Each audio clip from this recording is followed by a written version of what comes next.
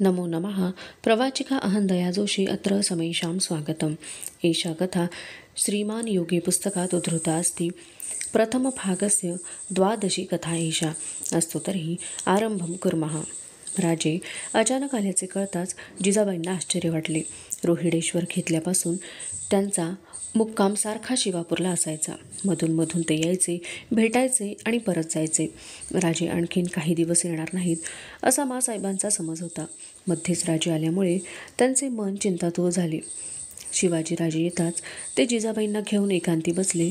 राजे चिंताग्रस्त होते. ते म्हणाले, माँसाहेब, परकीयांच्या आधी स्वकीयांनाच विरोध करावा लागणार असं दिसतं. कोण स्वकीय? आमचे खुद्द मामासाहेब. कोण? मुधोजीराव? जिजाबाई उद्गारल्या. हो, आम्ही रोहिडेश्वरी केलेली स्वराज्य संस्थापना त्यांना टोचली. आदिलशाहीचा इमानी सेवक ना. त्यांनी मावळात फिरून चिथावणी द्यायला सुरुवात केली आहे.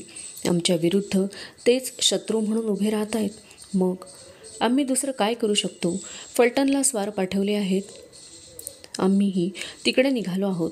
भोसले काय असतात हे त्यांनाही कळून येईल. जिजाबाई उभ्या राहिल्या. कापऱ्या आवाजात त्या म्हणाल्या, शिवबा, हात जोडते, पण हे सामोपचारानं घे. डोक्यात राख घालून घेऊ नकोस. भोसले जाधवांचं वैर पेटलं. दोन्ही घराणी वारेमोल झाली. नाती जोडली, ती आधारासाठी, वैरासाठी नव्हे. आम्ही कुठं वैर केलं? आगळी त्यांनी केलेली आहे. ती सुधारता येत नाही असं थोडंच आहे. वैर वाढवायला साऱ्यांनाच येतं, पण वैर टिकवण्याची ताकद फार थोड्यांना असते. त्यालाही असामान्य ताकद लागते. आम्ही घरी बसावं, होईल ते पाहावं? राजांनी विचारले. मुळीच नाही, पण वैर मिटवायला जाता आहात एवढं ध्यानी घ्यावं. ते यश घेऊन तुम्ही परत यावं. मुधोजीराव सईचे वडील आहेत हे विसरू नये एवढंच वाटतं. आपल्या आज्ञेबाहेर आम्ही नाही, आम्ही शिकस्त करू. येतो. राजांनी माँसाहेबांचे पाय शिवले आणि ते शिबंदीसह फलटणच्या मार्गाला लागले. फलटणच्या वेशीत राजे पोहोचले. वेशीवर राजांचे स्वार होते. सारे गाव शांत होते. राजांचे घोडदळ कुठेच दिसत नव्हते. राजांनी विचारले, सगळे कुठं आहेत? गावाची नाकेबंदी केली आहे, स्वार मुजरा करीत म्हणाला. वाड्याबाहेर चौक्या बसवल्या आहेत. आणि निंबाळकर? चाहूल लागताच ते पळून गेले. त्यांच्या पाठोपाठ घोडदळ केला आहे. ठीक आहे. राजांनी नजर वर टाकली. माळावर लिंबाची झाडे होती. तिकडे बोट दाखवीत राजे म्हणाले, आम्ही इथं थांबतो, तू गावात जा. वाड्यावरच्या चौक्या उठव आणि त्यांना इकडे पाठव. एक सांगितलं तर दुसरं करतात. स्वार गेला. थोड्या वेळाने सारे चौकीदार लिंबाच्या दिशेने येताना दिसले. हवेत उकाडा होता. उष्ण वारे वाहत होते. त्या उन्हाच्या तावात फलटण मुरून बसले होते. गावची कूस वेडीवाकडी वळणे घेत गावाभोवती फेर धरून उभी होती. गावाच्या दरवाजातून येणाऱ्या स्त्रिया दिसताच शिवाजीराव सावरून उभे राहिले. दृष्टीटप्प्यात तो जथ्था आला आणि शिवाजीराजांनी त्यांना ओळखले. पायातली मोजडी काढून त्या तापल्या धुळीतून राजे सामोरे गेले. जवळ जाऊन त्यांनी मुजरा केला. मुजरा मामीसाहेब. निंबाळकर मामीसाहेबांच्या डोळ्यांवर विश्वास बसेना. राजे हात बांधून उभे होते. ते म्हणाले, सावलीत चलावं. सावलीत जाताच राजे म्हणाले, आपण उगीच उन्हातून येण्याचा त्रास घेतलात. आज्ञा करायची होती, आम्ही आलो असतो. कुंकवालाच हात घातलात राजे. आज्ञा कोण करणार? गैरसमज होतोय मामीसाहेब. जशा माँसाहेब तशा आपण. आमच्याकडून कुणाला धक्का लागणार नाही. खरं? मग चौक्या का बसल्या? इकडून का जाणं झालं? आपलं दुर्दैव. आम्ही मामासाहेबांची समजूत काढायला आलो आणि मामासाहेब आम्ही चाल करून आलो असं समजून पळून गेले. आम्ही त्यांचीच वाट पाहत आहोत. वाड्यात चलावं ना? जरूर येऊ, पण आता नाही. मालक नसता वाड्यात आलो तर बळजबरीनं वाड्यात घुसलो असा अर्थ होईल. आम्ही त्यासाठी इथं थांबलो. मामासाहेब आले की त्यांच्याबरोबर आम्ही येऊ. निंबाळकर मामीसाहेब समाधानाने परतल्या. राजांना फार वेळ वाट पाहावी लागली नाही. उडणाऱ्या धुळीने घोडदळ येत असल्याचे सूचित केले. अश्वपथकाच्या समोरच 2 घोडी होती. एकावर मुधोजीराव होते. लगतच्या घोड्यावर येसाजी होता. थोड्या अंतरावर घोडी थांबली. मुधोजीराव सामोरे येत होते. नजीक येताच राजांनी मुजरा केला. मुधोजीराव संतप्त होते. येसाजीला राजांनी विचारले, मामासाहेब कुठं मिळाले? 3 कोसांवर. हातघाई झाली. जी नाही. चारी बाजूंनी घेरलं. आपसूक मिळाले. मामासाहेब एवढ्या तातडीनं कुठं निघाला होता? विजापूरला दुसरं कुठं जाणार? आमच्या विरुद्ध तक्रार करण्यासाठी विजापूरला जाण्यापेक्षा पुणं अधिक जवळ होतं. जवळ असेल, पण जवळची माणसं हवीत ना मामासाहेब. राजांचा आवाज किंचित चढला. भावनेच्या भरात माणसांचा उपमर्द करू नका. आमच्यापेक्षा विजापूर जवळ? विसरलात वाटतं मामासाहेब. त्याच विजापूरकरांच्या कृपेनं 10 वर्ष सातारच्या तुरुंगात पडला होता महाराज साहेबांच्यामुळं आपण सुटलात. गेलेली जहागीर पूर्ववत मिळाली. मासाहेब वाड्यात आहेत. खुद्द तुमच्या कन्या तिथं आहेत. ही सारी परकी? तुमच्या बंडाव्याची झळ आम्हाला लागल्याखेरीज राहील का? राजे, हाल सोसून थकलो आम्ही आणि म्हणून हा मार्ग पत्करलात. मराठ्यांच्या नशिबी लिहिलेला हा शाप कधीच पुसून जाणार नाही का? जाधवांनी भोसल्यांशी वैर केलं. दोघे एक झाले असते तर? मामासाहेब, तुम्ही आशीर्वाद द्यायचा ते सोडून तुम्हीच आमच्यावर उठलात. केव्हाही कुणाही निरापराध्याला 10 वर्ष तुरुंगात पिचत पडावं लागू नये म्हणून ही मोगलाई जावी म्हणून आम्ही कमरा कसल्या. राजे, आशीर्वादाची गरज होती ना? रोहिडेश्वर घेताना कुठं आठवण झाली नाही? एका शब्दानं विचारलं नाही आम्ही कोण असं वाटलं ना? हा मराठ्यांचा दुसरा गुण. ज्यानं अकारण हातबेडी ठोकली त्याचे पाय चाटायला जायला केव्हाही लाज वाटत नाही, पण क्षुल्लक मानापमानावरून गैरसमज. आयुष्याचं वैर मामासाहेब. रोहिडेश्वराचा मनसुबा जसा तुम्हाला ठाऊक नव्हता तसाच तो मासाहेबांना दादोजींना पण माहीत नव्हता. हाती यश घेतल्याखेरीज सांगणार काय? मुधोजीरावांची नजर खाली वळली होती. राजे भरल्या कंठाने म्हणाले, मामासाहेब, आम्ही तुम्हाला कैद केलेलं नाही. तुम्हाला शाही इतराजीचं भय वाटत असेल तर तुम्ही आम्हाला येऊन मिळावं असं आम्ही म्हणत नाही. तुम्ही वेगळे राहा, पण आमच्या कार्यात आड तरी येऊ नका एवढीच विनंती करायला मी आलो आहे. मुधोजीराव शर्मिंदे झाले होते. राजे, आणखीन बोलून लाजवू नका. लहान वयात जो पोक्तपणा तुमच्या ठायी आहे तो आमच्याजवळ नाही याची आम्हाला खंत वाटते. मी वचन देतो आपल्या कार्यात मी आड येणार नाही. राजे हसले, म्हणाले, आम्ही हाच आशीर्वाद समजतो. मुधोजीराव राजांच्या सह वाड्यात गेले. बजाजी राजांना येऊन भेटला. राजे म्हणाले, बजाजी, तुम्ही आमचे मेव्हणे. कान पिळायचा अधिकार तुमचा. तुम्ही तरी मामासाहेबांना सांगायचं होतं की राजांचे कान मी पिळून येतो म्हणून. या वाक्याबरोबर वाड्याचा ताण एकदम कमी झाला. शिवाजीराजे म्हणाले, संध्याकाळ होत आली, आम्ही निघतो. छे राजे, रात्री कुठं जाणार? सकाळी जा, नाहीतर आम्ही असं समजू की आपला राग गेला नाही. मासाहेब वाटेकडे डोळे लावून बसले असतील. त्यांच्या घशाखाली घास उतरला नसेल. उलट आपण बरोबर आलात तर फार बरं होईल. मासाहेबांना आपल्या राजे चाचरले. आमच्या सांगण्याचा विश्वास बसायचा नाही. खरं आहे, मी येतो. मुधोजीराव म्हणाले. निंबाळकर मामीसाहेब दाराशी येऊन म्हणाल्या, राजे, त्यांना घेऊन जाणार? राजे हसले. ते म्हणाले, मामीसाहेब, काळजी करू नका. दगाफटका व्हायचा असता तर इथंच घडला असता. मामासाहेबांना नेतो आहे ते आशीर्वादासाठी. मध्यरात्रीच्या सुमारास राजांनी पुण्यात प्रवेश केला. दादोजी सदरीत बसून होते. पलोते जळत होते. राजांनी चौकात प्रवेश केला आणि मासाहेब बाहेर आलेल्या दिसल्या. राजांच्या बरोबर मुधोजीराव दिसताच जिजाबाईच्या चेहऱ्यावर हसू उमटले. मुधोजीरावांना राजे म्हणाले, मामासाहेब, सांगितलं ते खरं ना? पाहिलंत? मासाहेब वाटेकडे डोळे लावून बसल्या होत्या. मुधोजीराव काही बोलले नाहीत. ते वर गेले आणि त्यांनी मासाहेबांचे पाय शिवले. मासाहेब मागे सरत म्हणाल्या, हे काय मामासाहेब, आपण मोठे. फार लहान आहे मी राणीसाहेब. त्याची तीव्रतेनं जाणीव झाली. राजे लहान म्हणून त्यांचे पाय शिवले नाहीत. दुबळ्या मनावर मात झाली नाही. सईबाई धावत आल्या. बापाला पाहताच त्या धावल्या आणि त्यांनी मुधोजीरावांना मिठी मारली. मासाहेब म्हणाल्या, रडून गोंधळ केला पोरीनं. समजूत काढता काढता पुरे झालं. राजे, मामासाहेबांना आणलं बरं झालं, नाहीतर पोरीला पटलं नसतं. आता चलावं. सारे आत गेले. दादोजी हे कौतुकाने पाहत होते. राजे सामोरे गेले आणि त्यांनी दादोजींचे पाय शिवले. राजे, रोहिडेश्वराच्या पराक्रमापेक्षाही थोर पराक्रम आज केलात.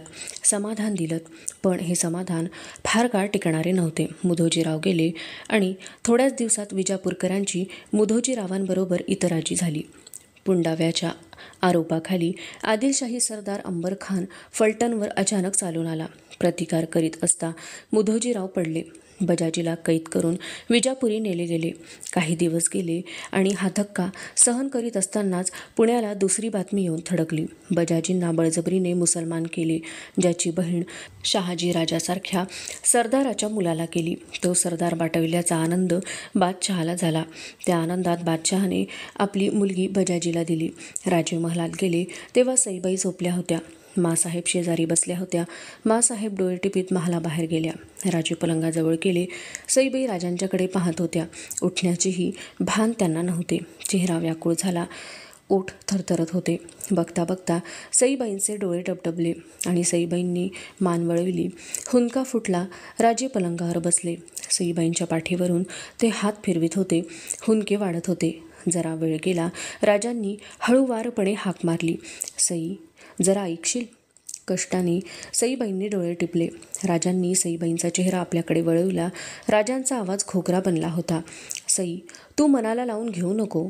बजाजी मुसलमान झाले म्हणून काय झालं? ते आमचे आहेत, त्यांना आम्ही पारखे होऊ देणार नाही. ते आता कसं शक्य आहे? सईबाईंनी विचारले. निश्वास सोडून राजे म्हणाले, हिंदू असलेले मुसलमान होऊ शकतात, मग मुसलमान हिंदू का होणार नाहीत? आज आमचे डोळे उघडले. आपलं माणूस परधर्मात जाणं किती भयंकर असतं याचं दुःख आज कळलं. हजारोंनी या यातना भोगल्या असतील, हजारो भोगत असतील, पण आम्हाला त्याची जाणीव नव्हती. आम्ही तुम्हाला वचन देतो, बजाजी आमच्यात आल्याखेरीज आम्हाला चैन पडणार नाही. सुखाचा घास आम्ही गिळणार नाही. सईबाई राजांच्या निश्चयी मुद्रेकडे पाहत होत्या. कृतज्ञतेने सारे अंग कंप पावत होते. काही न बोलता त्यांनी राजांच्या हातावर हात ठेवला. बराच वेळ तो हात तसाच होता. अधुना प्रथम भागस्य त्रयोदशी कथा ईशा. बाबाजी नरसप्रभू कैदेच्या भीतीने पुण्याच्या लाल महालात आले. त्यांना आलेल्या फरमानाने दादोजी मात्र भयंकर काळजीत पडले. आदिलशाहीशी आज ना उद्या राजांना टक्कर द्यावी लागणार हे दादोजींना स्पष्ट दिसत होते. मनातून ते निराश होत होते, थकत होते. राजांच्या किल्ल्याचे बांधकाम पुरे होत आले होते. रोहिडेश्वर तोरण्याची तटबंदी भक्कम झाली होती. किल्ल्यावरच्या तोफांनी बुरुज सजले होते. किल्ल्याच्या सोप्या वाटा तासून घेण्यात आल्या होत्या. राजांची शिबंदीही आता मोठा आकार घेत होती. रोहिडेश्वरावर जमा केलेली 1200 मावळे फौज 5-6 हजारांवर गेली होती. व्याप वाढत होता. त्याबरोबर राजांच्या चिंताही वाढत होत्या. राजांना सर्वात मोठी चिंता वाटत होती ती दादोजींची. दादोजींचे वय झाले होते. राजांच्या ह्या पुंडाईमुळे तर दादोजी फारच थकले. राजांना हे दिसत होते, पण उपाय नव्हता. राजे पुण्याला गेले की दादोजींच्या बरोबर बोलत असत. सारे वर्तमान त्यांच्या कानांवर घालीत. दादोजी नुसते ऐकून घेत.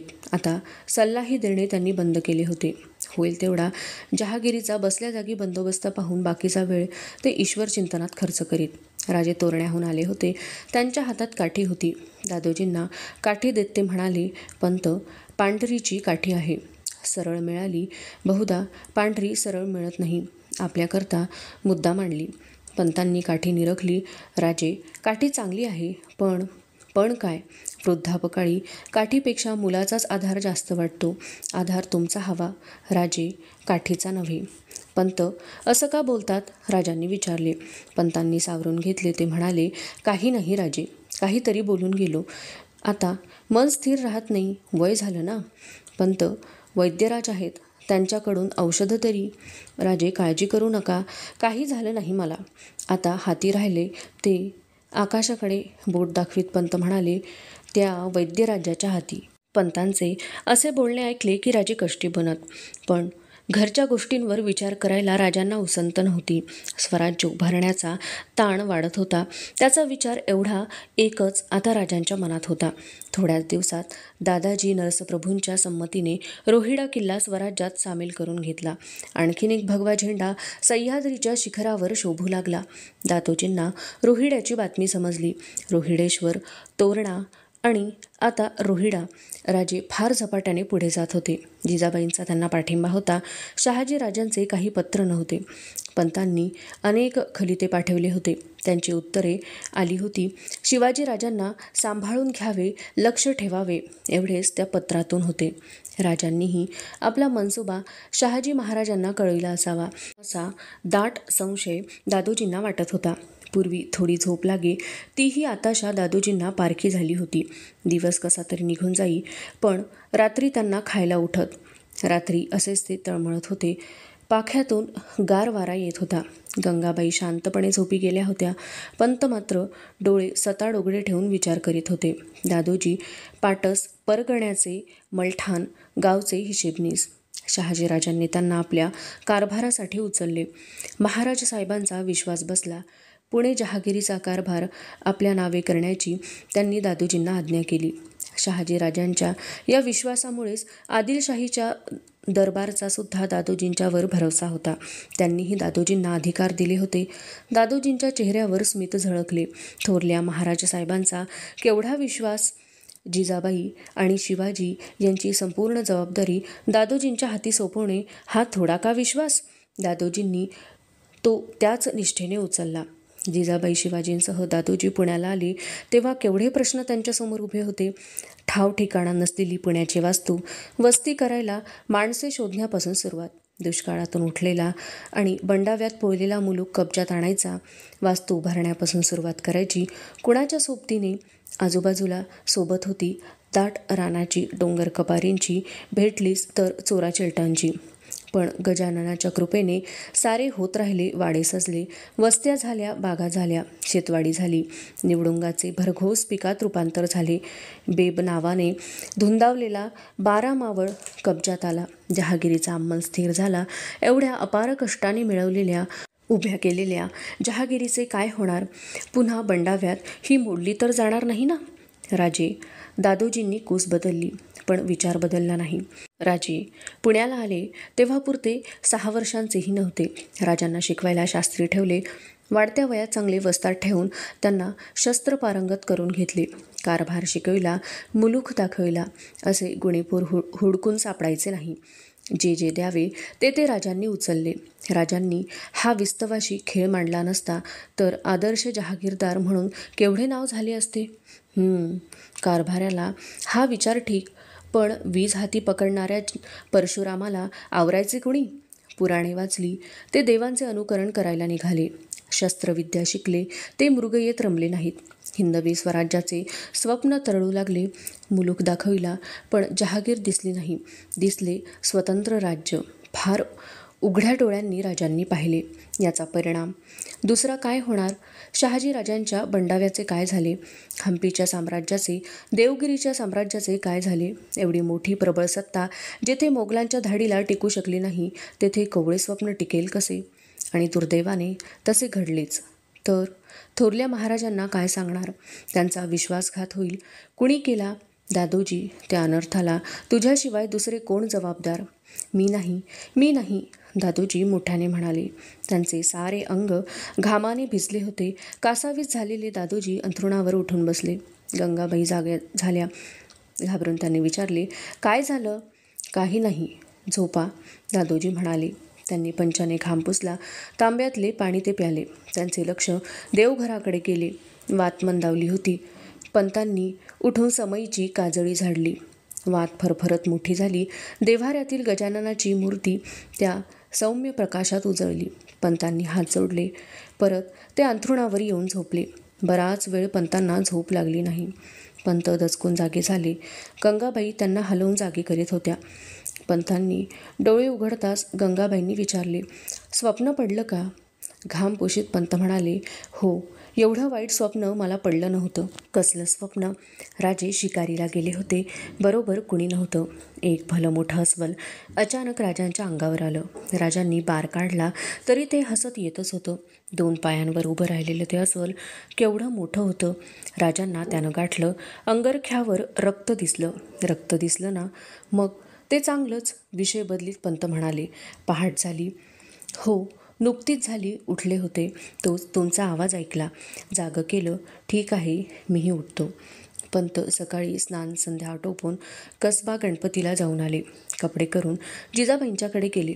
पंतांनी विचारले, राजे कुठं गेलत? शिवापूरला. केव्हा येणार आहेत? जेवणाला येणार असा निरोप आहे का? काही नाही, सहज विचारलं. तुमचं भाग्य थोर, म्हणून राजांच्यासारखे चिरंजीव तुम्हाला लाभले. जिजाबाई आश्चर्याने दादोजींच्याकडे पाहत होत्या. कितीतरी दिवसांनी दादोजींच्या चेहऱ्यावर पूर्वीचे हास्य होते. पंत म्हणाले, खरंच सांगतो मासाहेब, राजे केवढे कष्ट घेतात. इतर जहागीर पुत्रांसारखे झाले असते तर आपण काय करणार होतो. त्याचं श्रेय तुम्हाला आहे दादोजी. जिजाबाई म्हणाल्या, श्रेय कुठलं, आपली पुण्याई जबरदस्त असं समजायला हवं. दादोजी दप्तरी गेले. जिजाबाईंना समाधान वाटले. दादोजी आपल्या स्वतंत्र खोलीत काम करीत बसले होते. दप्तरीच्या अनेक वह्या मागवून हिशेब पाहत होते. राजे भर उन्हातून अश्व पथकासह आले. मोत्तद्दाराने घोडा धरला. राजे पायउतार झाले.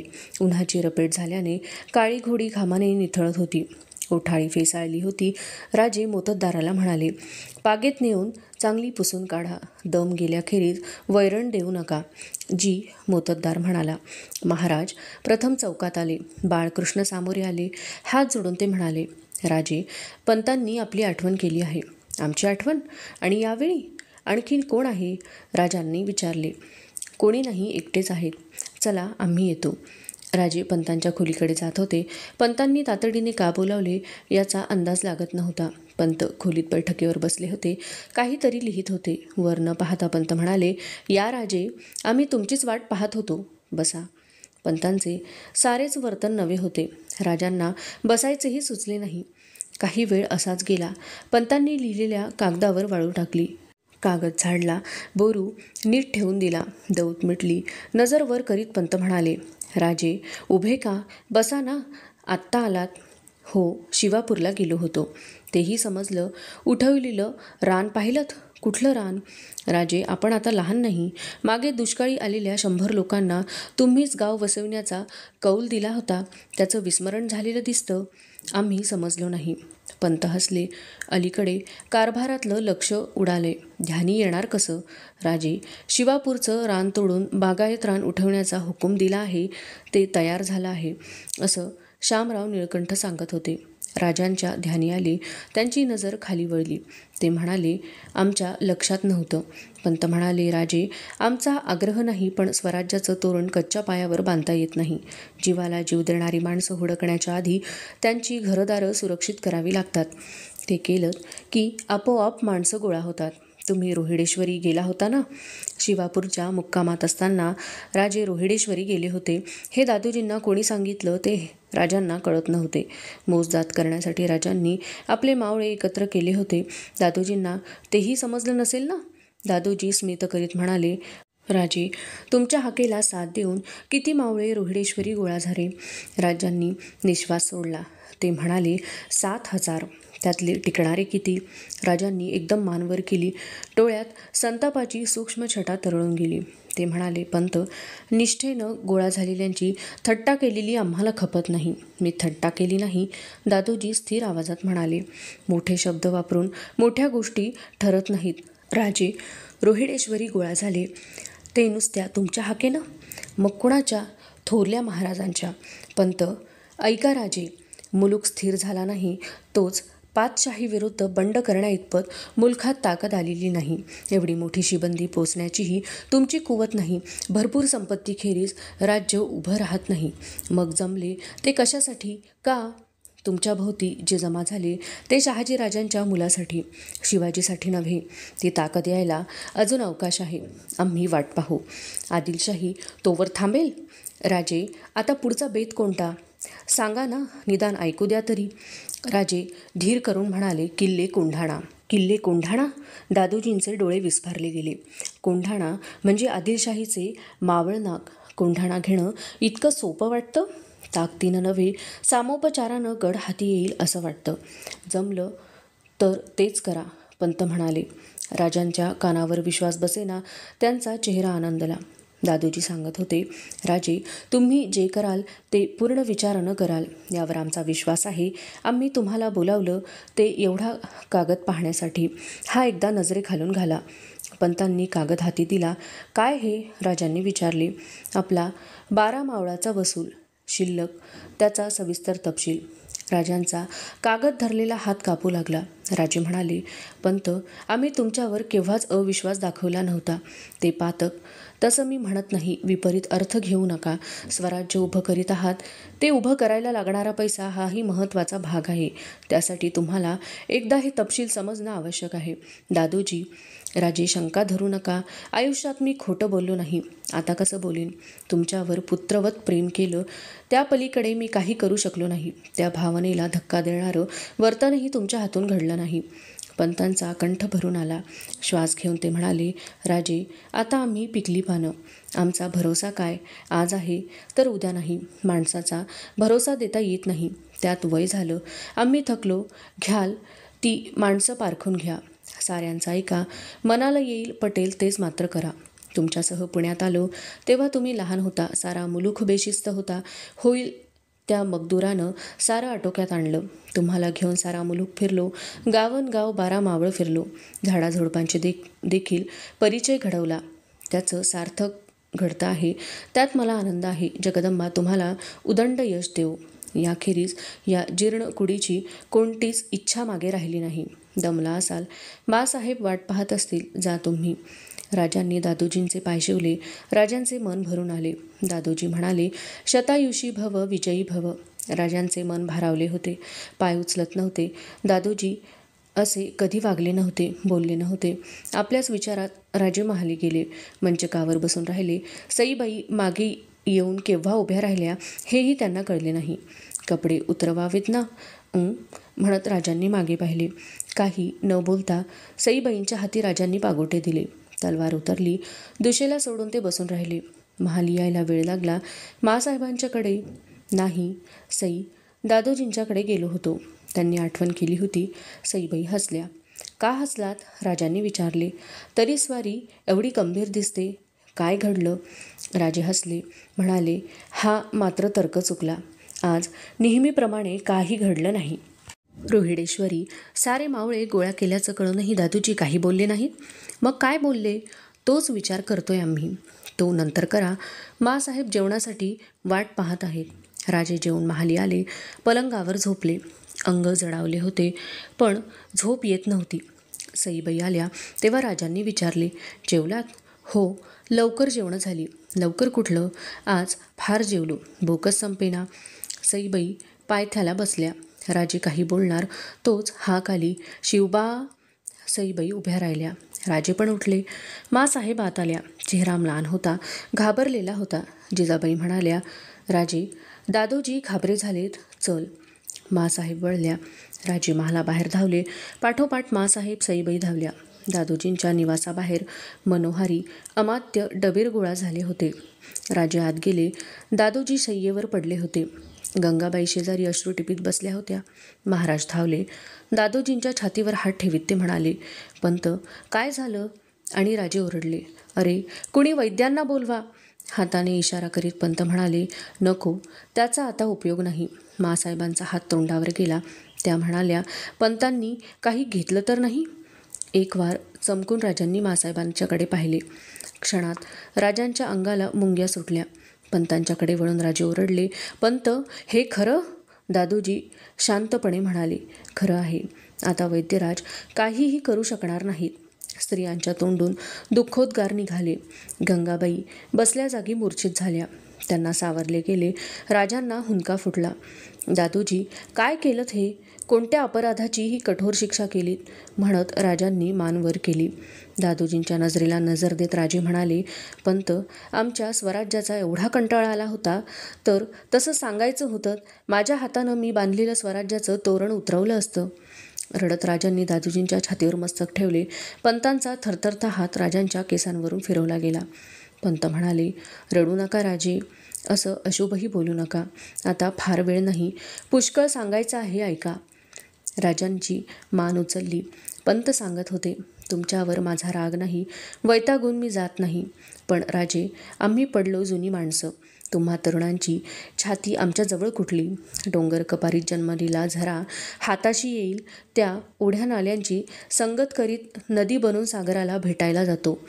या प्रवाहाला संथपणाची, खळखळाटाची, प्रपातांची भीती कुठली? पण आम्ही जुनी माणसं डबक्यासारखी उन्हाच्या भीतीनं आटत जाणं एवढंच ठाऊक असतं. तुमची धाव आमच्याजवळ नाही राजे. पंत, ऐका राजे, तुम्ही जो खेळ मांडलात तो सजला तर पृथ्वी मोलाचं कौतुक होईल, पण दुर्दैवानं अपयश आलं तर? राजे, यशाचं कौतुक सारेच करतात, पण अपयश आलं तर बोल मोजक्यांनाच लागतो. स्वतंत्र संस्थापकाला लुटारू बंडखोर बनायला फार वेळ लागत नाही. आयुष्यभर इमाने इतबारे थोरल्या राजांची सेवा केली, बोल लावून घेतला नाही. वृद्धापकाळी अपयशाच्या भीतीनं मन कचरतं. राजे, रंगीत कपड्यांना मळ सोसतो, पण श्वेतवस्त्र परिधान केलं तर त्याला एवढाही डाग खपत नाही. तो चटकन साऱ्यांच्या नजरेत भरतो. राजांच्या अश्रूंना खळ नव्हता. ते म्हणाले, पंत, कसली भीती बाळगलीत? अपयश आलं तर आनंदानं सहन करावं हे तुम्हीच सांगितलं ना. डावा हात हलवीत पंत म्हणाले, नाही राजे, त्या अपयशाला मी भीत नाही. बंगळुरूहून थोरल्या महाराज साहेबांनी माझ्या जबाबदारीवर तुम्हाला आणि माँसाहेबांना पाठवलं. तेव्हा ते म्हणाले होते, दादोजी, ही आमची अमानत तुमच्या हाती देतो. जीव मोलानं सांभाळा. तुमच्यामुळं मी निश्चिंत आहे. भीती वाटत होती त्यांच्या एका शब्दाची, बोलाची. राजे, पाणी. राजांनी पाणी पाजले. दादोजींचा घाम टिपला. दादोजी म्हणाले, माँसाहेब, देव्हाऱ्यात गंगोदक आहे, तुळशीपत्र आहे. राजे, आम्हाला मांडी द्या. राजांनी डोळे टिपले. मांडी दिली. दादोजी जिजाबाईंना म्हणाले, माँसाहेब, माझं नशीब थोर म्हणून तुमच्या राजांच्या डोळ्यातले अश्रू पाहण्याचं भाग्य मला अंतकाळी लाभलं आहे. देवांनी देखील याचा हेवा करावा. पंतांनी गंगोदक घेतले. जिभेवर तुळशीपत्र ठेवले. हुंदक्यांचा आवाज चढत होता. राजे दादोजींचे मस्तक धरून होते. सारी ताकद एकवटून दादोजी जड आवाजात म्हणाले, माँसाहेब, राजांना सांभाळा. ते आता मोठे झाले, कर्ते झाले. त्यांचं उदंड यश पहा. आमच्यासारखे दुबळे बनू नका. राजे. राजे वाकले. अश्रू दादोजींच्या कपाळावर पडत होते. ओठ पुटपुटले. शब्द उमटले. रडू नका, येतो आम्ही.